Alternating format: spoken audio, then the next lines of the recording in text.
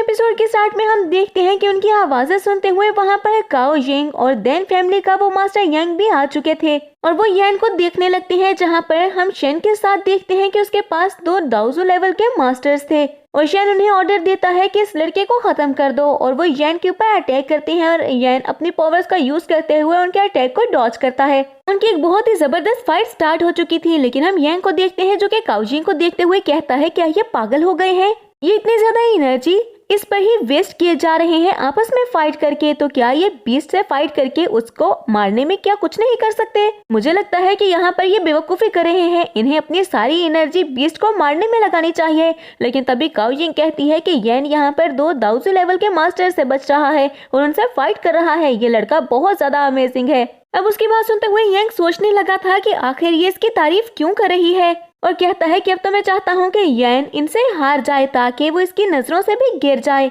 और हमें यहाँ पर ये बात पता चलती है कि वो काओ जिंग में इंटरेस्टिंग था, इसीलिए वो नहीं चाहता था कि काओ जिंग यान की तारीफ करे और उसे बहुत ही ज्यादा जेलस फील हो रहा था कि काओ जिंग यान की तारीफ कर रही थी। इसके बाद हम यान को देखते हैं जो कि उन मास्टर से भागकर अपनी जान को बचा रहा था, लेकिन जब उसको फील होता है कि भागते हुए वो कुछ भी नहीं कर सकता तो वो 3000 थंडर एनर्जी का यूज करता है और उसके बाद वो चारों तरफ घूमने लगा था और वो दाओजू लेवल के मास्टर उसको देखते हुए कहते हैं कि ये बचकाना अटैक करके तुम्हें क्या लगता है कि तुम हमसे जीत सकते हो, ये तुम्हारी गलत फहमी है, ऐसे छोटे छोटे अटैक से तुम हमें कभी भी नहीं हरा सकते। कुछ ही देर में मास्टर ने अपनी पावर का यूज करते हुए यान को उसके गर्दन से पकड़ लिया था और कहते हैं कि अब आए ना तुम हमारे जाल में। लेकिन तभी उस मास्टर को ये बात फील हो गई थी कि वो तो सिर्फ यान का क्लोन था, वो यान की रियल बॉडी नहीं थी और इसके साथ ही उन्हें इस बात का एहसास भी हो गया था कि यान तो शेन के ऊपर अटैक करने के लिए जा चुका है, इसलिए वो शेन को बचाने के लिए उस तरफ भागते हैं, लेकिन उनको जाने में देर हो चुकी थी और हम यान को देखते हैं जो कि शेन के पास पहुंचकर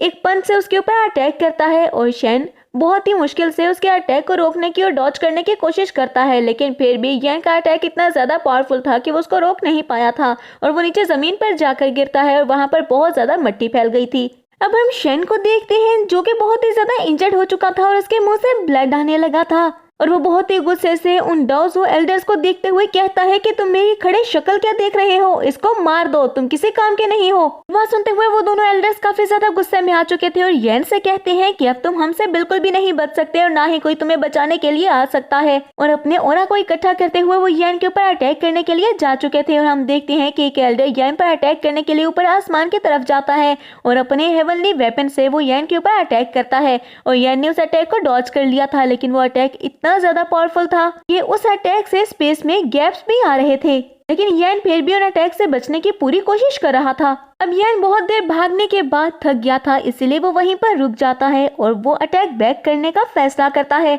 अब वो पर्सन फिर से यान के ऊपर अटैक करने के लिए आ चुका था जब यान भी अपने स्वॉर्ड को निकाल कर अपने ऑरा को एक्टिवेट करते हुए उस एल्डर के ऊपर अटैक कर देता है। इसकी वजह से वो एल्डर पीछे की तरफ धकेल हो गया था और वो हैरान होकर देखने लगता है कि आखिर यान ने ये कैसे किया। अब उस एल्डर को पीछे फेंकने के बाद यान शेन की तरफ देखते हुए सोचने लगा था कि अब मैं इसको नहीं छोड़ूंगा, वो इतने ज्यादा गुस्से में था और दूसरी तरफ शेन भी बहुत ही गुस्से में यान की तरफ देख रहा था। तभी हम देखते हैं कि एल्डर भी उसके ऊपर अटैक करने के लिए रेडी हो चुका था और उस पर अटैक करने के लिए आता है, लेकिन हम देखते हैं कि यान ने वहां पर अपने पपेट को समन कर लिया था और यान का पपेट वहां पर उस एल्डर से फाइट करने लगा था और उनकी फाइट भी बहुत ही ज्यादा जबरदस्त थी। अब यान शेन की तरफ देखते हुए कहता है कि अब तो तुम्हें बचाने के लिए कोई भी नहीं आएगा, तुम्हें क्या लगा था कि तुम ऐसे छोटे छोटे से बॉडीगार्ड लेकर आ सकते हो और तुम इनकी हेल्प से तुम मुझे मार सकते हो, अगर तुम्हें फाइट करने की हिम्मत नहीं है तो तुम यहाँ पर आए ही क्यों। और इसके बाद हम यान को देखते हैं जो कि अटैक करने के लिए जा चुका था और वो अपने स्वॉर्ड से ही शेन के ऊपर अटैक करता है और दूसरी तरफ शेन ने भी अपने फैन से उसके अटैक को डॉज करने की और रोकने की कोशिश की थी। उन दोनों के अटैक जैसे ही एक दूसरे से टकराते हैं तो बहुत ज्यादा एनर्जी की वजह से वहां पर एक ब्लास्ट हो चुका था, जिसके बाद शेन के ऊपर फिर से यान बार बार अपने स्वॉर्ड से अटैक करने लगा था। यान का कुछ देर के बाद का अटैक इतना ज्यादा पावरफुल था कि वो दाओजू मास्टर्स रोकने के लिए आते हैं, लेकिन वो लेट हो चुके थे और शेन की पूरी हड्डियां टूट चुकी थी और ऐसा लगता है कि जैसे उसकी पावर भी खत्म हो चुकी हो और शेन नीचे गिर के बेहोश हो चुका था। तभी वो दाओजू मास्टर्स उसके पास आते हुए उसे चेक करने लगे थे और उसे होश में लाने की कोशिश करते हैं, लेकिन शेन को वहां पर बेहोश होता देखकर तो सब लोग ही परेशान हो गए थे और ये सोचने लगते हैं कि आखिर यान ने यहाँ पर क्या कर दिया, ये तो अपने लिए खतरा मोल ले रहा है। ज़ुआन मिंगसेक को अगर ये बात पता चल गई तो वो तो हमें किसी भी सूरत अब नहीं छोड़ेंगे और यान को तो अब कोई भी नहीं बचा सकता। अब वो एल्डर्स बहुत ही ज्यादा गुस्से में आ चुके थे और वो यांग के ऊपर अटैक करने के लिए बढ़ते हुए कहते हैं कि अब तो हम तुम्हें जिंदा नहीं छोड़ेंगे। लेकिन हम देखते हैं कि काओजिंग उनके बीच में आ गई थी और फिर वो उन एल्डर्स से कहती है कि आप जरूर इसको मार सकते हैं, मैं आपको इसके लिए नहीं रोकूंगी, लेकिन मुझे ये बताएं कि क्या आपके लिए येन को मारना इंपॉर्टेंट है या फिर शेन को बचाना। मैं जानती हूँ कि शन की हालत इस वक्त बहुत ही ज्यादा खराब है, लेकिन अगर आप ट्राई करें तो आप इसकी जान को बचा सकते हैं, क्योंकि आप देखें कि इसकी सारी हड्डियां ही टूट चुकी हैं। अब इसको जल्दी से जल्दी हील करने के लिए आपको ले जाना होगा, क्योंकि अगर आपने जरा भी देर की तो हो सकता है कि आप इसको बचा ना पाए। अब आप खुद डिसाइड कर लें कि आपको बदला लेना है या फिर शन को बचाना है, ये फैसला आप पर है। और एल्डर भी सोचने लगे थे कि काओजिंग बिल्कुल ठीक बोल रही थी। अब वो एल्डर्स डिसाइड करते हैं कि सबसे पहले वो शेन को ही हील करेंगे और शेन को लेकर वो वहां से चले गए थे। जिसके बाद हम काओजिंग को देखते हैं जो कि येन के सामने आ चुकी थी और वो उससे बहुत ही ज्यादा इम्प्रेस भी लग रही थी। तभी वो येन से कहती है कि हम यहाँ पर माउंटेन्स पर एक मिशन को पूरा करने के लिए आए हैं, तो क्या तुम हमारे साथ टीम अप करके हमारा साथ देना चाहते हो। उसकी बात सुनते हुए येन उससे कहता है कि मैं इसको एक्सेप्ट नहीं कर सकता, क्योंकि मैं किसी के साथ टीम अप करके बिल्कुल भी काम नहीं कर पाऊंगा और मुझे अकेले मिशंस करना ही पसंद है, इसीलिए मैं आपकी ये बात नहीं मान सकता हूँ। और उसके बाद वो काओजिंग को ग्रीट करते हुए वहाँ से चला गया था। यांग को वहाँ से जाता हुआ देखकर हम देन मास्टर यांग को देखते हैं जो कि बोलने लगा था कि ये लड़का कितना ज्यादा ना शुक्रा है। एक तो हमने इसकी जान बचाई हुई, हमें ही एटीट्यूड दिखाकर यहाँ से जा रहा है, इसे हमारे साथ टीम अप कर लेना चाहिए था। इसने हमारी ऑफर को ठुकरा कर हमारे साथ अच्छा नहीं किया, लेकिन कोई बात नहीं, इसे बहुत जल्द ये बात फील हो जाएगी कि इसने हमारी ऑफर को ठुकरा कर अपने लिए कितनी बड़ी मुश्किल खड़ी कर दी है। ये अकेला कभी भी फाइट नहीं कर पाएगा और फिर आकर ये घुटनों के बल बैठकर हमसे माफी मांगेगा और गिड़गिड़ाएगा कि हम इसका साथ दें और इसके साथ टीम अप कर लें। इसे बहुत जल्द अपनी गलती का एहसास होने वाला है। अब हमारा सीन चेंज होता है और नेक्स्ट सीन में हम माउंटेन्स पे जियान को देखते हैं जो कि एक चेयर पर बैठी हुई थी और वो ऑर्डर देती है लीडर को कि मेरे लिए यहाँ के बेस्ट मेडिसिन और हर्ब्स लेकर आओ। और लीडर अपने सारे वर्कर्स को और सोल्जर्स को ऑर्डर देता है कि जाओ और ये जाकर लेकर आओ। लेकिन वो देखता है कि उसके कल्टीवेटर्स और वॉरियर्स जैसे ही वो मेडिसिन और हर्ब्स लेकर आते हैं तो वो कहता है कि ये तो बिल्कुल भी अच्छे नहीं हैं, तुम्हें तो परफेक्ट मेडिसिन और हर्ब्स लेकर आने थे। अब वो लीडर जिया के पास जाते हुए कहता है कि क्या अब आप खुश हैं, मैं आपके लिए सारे मेडिसिन और हर्ब्स मंगवा रहा हूँ। और जिया कहती है कि यहाँ पर बहुत ही अच्छी मेडिसिन और हर्ब्स मिलती हैं, लेकिन ये उतनी अच्छी नहीं है जितने के येन रिफाइन करके बनाता है, वो बहुत ज्यादा टेस्टी होती है। हम लीडर को देखते हैं जो कि अपने आदमियों को रोकते हुए कहता है कि मुझे ये सारी मेडिसिन नहीं चाहिए, ये तो बहुत ही ज्यादा ऑर्डिनरी है, मुझे खास मेडिसिन ला कर दो। और उसके बाद जिया की तरफ देखते हुए कहता है कि आप बिल्कुल भी फिक्र मत करें, अब मेरे लोग जो भी मेडिसिन लेकर आएंगे वो बहुत ही ज्यादा खास होंगी और आपको पसंद भी आ जाएंगी, मैं इस बात की गारंटी देता हूँ। इसके बाद हमारा सीन जैन पर शिफ्ट होता है जहाँ पर वो एक बहुत ही खूबसूरत जगह पर चला गया था जहाँ पर एक झील थी और पास जंगल था और वो जगह बहुत ही ज्यादा प्यारी लग रही थी। और यह सोचने लगता है कि इस पहाड़ी के टॉप पर मुझे लगता है कि जो एलेक्सियर मैं ढूंढ रहा हूँ मुझे मिल जाएगा और उसके बाद मैं सोल एसेंस बना सकता हूँ, मेरे इंग्रेडिएंट्स बस कंप्लीट ही होने वाले हैं। इसके साथ ही ये भी सोचने लगा था कि यहाँ पर अगर कोई भी एलेक्सियर होगा तो मुझे लगता है कि उसको कोई प्रोटेक्ट भी कर रहा होगा, ऐसा तो बिल्कुल भी नहीं हो सकता कि एलेक्सियर्स को वैसे ही छोड़ दिया गया हो। और ये सोचते हुए येन पास पड़े एक क्रिस्टल को उठाता है और देखने लगा था कि उसके ऊपर कुछ स्कार्स हैं और उसको देखते हुए एनालाइज करते हुए वो ये बात समझ गया था कि यहाँ पर जो भी मास्टर है और जो भी उस एलेक्सियर को प्रोटेक्ट कर रहा है वो वाटर टाइप वाला है। और कुछ ही देर में ये समझ गया था कि वो और कोई नहीं बल्कि ज़ुएनशी वाटर ड्रैगन है। अब येन सोचने लगा था कि उसे अब क्या करना है, इसीलिए वो थोड़ा सा सोचते हुए और एक प्लान बनाते हुए वहाँ पर चारों तरफ सीप फैला देता है और सीप की खुशबू से हम देखते हैं कि वो मॉन्स्टर पानी से बाहर आ चुका था और वो मॉन्स्टर देखने में ही बहुत ज्यादा खतरनाक लग रहा था और बहुत ज्यादा स्ट्रॉन्ग भी, और ऐसा लग रहा था कि येन उससे फाइट भी नहीं कर पाएगा क्योंकि उस मॉन्स्टर का ऑरा बहुत ही ज्यादा था। अब हम देखते हैं कि वो मॉन्स्टर सेब खाते हुए आगे की तरफ बढ़ रहा था, लेकिन आखिर क्या प्लान था येन का, क्या येन उसे फाइट कर पाएगा। वो मॉन्स्टर सेब खाते हुए आगे बढ़ता है और जब काफी ज्यादा आगे आ चुका था तो वो येन को देखते हुए गुस्से से उसके तरफ बढ़ता है, लेकिन येन अपनी जगह पर स्टिल खड़ा था और यहाँ तक कि उसने अपनी पावर्स को भी एक्टिवेट नहीं किया था। और जैसे ही वो मॉन्स्टर येन के करीब पहुंचता है तो येन ने अचानक से बोला था कि तुम्हारे सोने का वक्त हो चुका है, अब सो जाओ।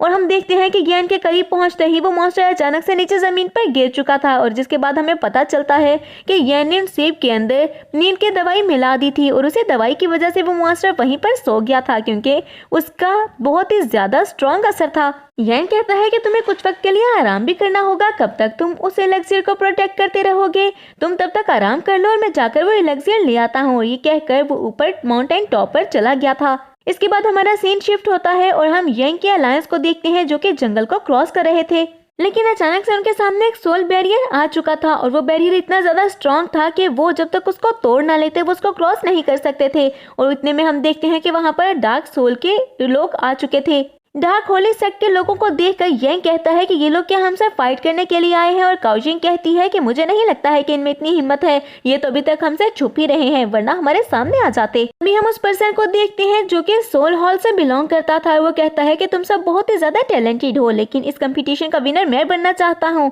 और मुझे ही एल्डर बनना है, इसीलिए मुझे ना चाहते हुए भी तुम लोगों को यहाँ पर मारना होगा और तुम्हारा काम तमाम करना होगा। ये कहते हुए वो एक चुटकी बजाता है और हम देखते हैं कि सोल हॉल के बहुत सारे लोग वहाँ पर आ चुके थे जो कि उस पर्सन के कहने पर उन सबके ऊपर अटैक करने लगते हैं। दूसरी तरफ हम यन को देखते हैं जो कि उस एलेक्सियर को हासिल कर चुका था और फिर वो दोबारा से उस मॉन्स्टर को देखते हुए कहता है कि तुमने मेरी बनाई हुई मेडिसिन को खाया था, आखिर तुम्हें नींद कैसे ना आती? तुम अपनी ड्यूटी बहुत ही अच्छे से कर रहे थे, लेकिन तुम्हें थोड़ा कम लालची होना चाहिए था। वो खाने को देखते हुए तुमने ये भी नहीं सोचा कि कोई ट्रैप भी हो सकता है। लेकिन तभी यन को फील होता है कि जैसे यहाँ पर कुछ तो वियर्ड हो रहा है और वो आसमान की तरफ देखते हुए उस तरफ जाने लगा था जहाँ से उसे कुछ वियर्ड होने का एहसास हो रहा था। और उसके बाद हमारा सीन दोबारा से काउजिंग और यंग के ऊपर उसके अलायंस के ऊपर शिफ्ट होता है जहाँ पर सोल हॉल के लोगों ने उनके ऊपर अटैक करके उन सारे लोगों को मार दिया था जो कि कम एनर्जी वाले थे और उनका मुकाबला नहीं कर पाए थे। अब धन ये सब देखते हुए कहता है कि तुम लोग अगर हमें यहाँ पर मार दोगे तो क्या तुम्हें लगता है कि तुम्हें जिंदा छोड़ दिया जाएगा? हमारे एल्डर्स तुम्हें जान से मार देंगे।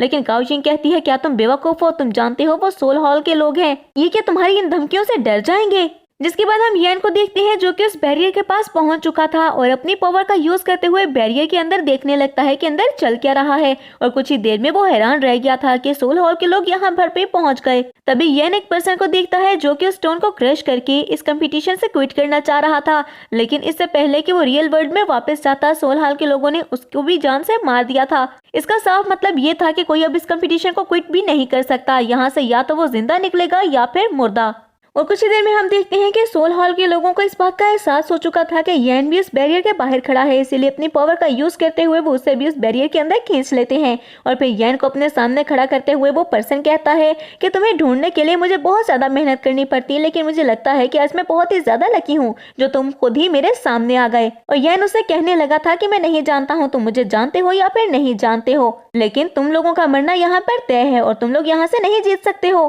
क्योंकि मैं तुम लोगों को जीतने ही नहीं दूंगा। अब काउजिंग उन दोनों से कहती है कि अगर तुम इनको संभाल लो तो मैं इस बैरियर को अपनी पावर से तोड़ सकती हूँ, लेकिन अगर इनमें से किसी ने भी मुझे डिस्टर्ब या इंटरप्ट किया तो मैं इसमें कामयाब नहीं हो पाऊंगी। और हम देन मास्टर और यन को देखते हैं जो कि काउजिंग को बोलते हैं कि तुम जाकर बैरियर को तोड़ने पर फोकस करो और इनको हम संभाल लेंगे। और इसके बाद हम देखते हैं कि वो दोनों तो अपनी पावर्स को एक्टिवेट करते हुए सोल हॉल से फाइट करने के लिए जा चुके थे। और दूसरी तरफ हम काउजिंग को देखते हैं जो कि अपने एक फॉर्मेशन को क्रिएट करती है ताकि उस फॉर्मेशन की हेल्प से वो उस बैरियर को तोड़ सके। अब हम यन को देखते हैं जिसने अपने स्वर्ड में थंडर स्ट्राइक्स का यूज किया था और उसके बाद वो हेवनली फ्लेम का यूज करते हुए अपनी पावर को और भी ज्यादा इंक्रीज कर रहा था। सोल हॉल के लोग जैसे ही उसकी पावर्स को देखते हैं तो वो तो हैरान ही रह गए थे, लेकिन उसके बाद वो यन से फाइट करने के लिए आगे बढ़ते हैं। और हम देख रहे थे कि इस फाइट में यन इतना ज्यादा अच्छा परफॉर्म नहीं कर पा रहा था और ऐसा लग रहा था कि बहुत जल्द वो हार जाएगा, इसीलिए वो अपनी स्वर्ड को बाहर निकालता है और उसमें अपनी पावर को एक्टिवेट करते हुए इन पर अटैक करने के लिए आ चुका था। और जैसे ही वो सोल हॉल का पर्सन उसके अटैक को डॉज करता है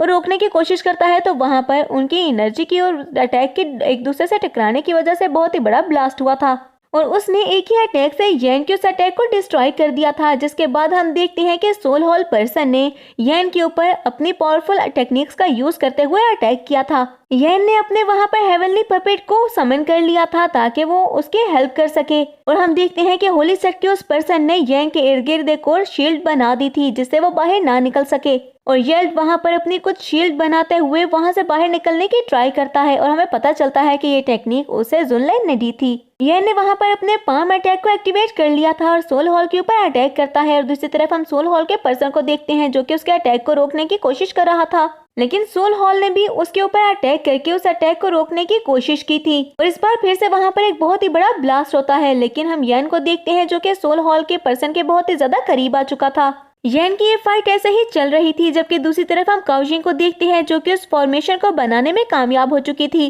और उस फॉर्मेशन से उसने एक ड्रैगन बना लिया था जो कि उस बैरियर को तोड़ने के लिए उसकी तरफ जाता है। और उस ड्रैगन के अटैक से वो बैरियर एक ही टाइम पे ब्रेक हो चुका था। और हम देखते हैं कि जैसे ही वो बैरियर ब्रेक होता है तो वो सब टीम के लोग एक दूसरे को भागने के लिए बोलते हैं और जो भी जितनी तेजी से भाग सकता था वो वहां से भागने लगता है ताकि होली सेट के लोगों से वो बच सके। इसके साथ ही हम यैन को भी देखते हैं जिसने अपनी 3000 थंडर स्ट्राइक का यूज किया था और होली सेट के लोगों के ऊपर अटैक करते हुए वो भी वहां से भाग गया था और होली सेट के लोग उसे ही देख रहे थे। लेकिन क्या वो यैन के पीछे जाएंगे या फिर यैन इस कंपटीशन को जीत लेगा? इसके साथ ही हमारा ये एपिसोड यहीं पर एंड हो जाता है। तो फ्रेंड्स, मैं उम्मीद करती हूँ कि आपको ये एपिसोड पसंद आया होगा। अगर आपने इसको एंजॉय किया है तो वीडियो को लाइक करें और अगर आप हमारे चैनल पर न्यू हैं तो चैनल को सब्सक्राइब करके बेल आइकन के बटन को प्रेस कर दें ताकि न्यू आने वाली एपिसोड्स आपको बिना किसी देरी के मिलती रहे।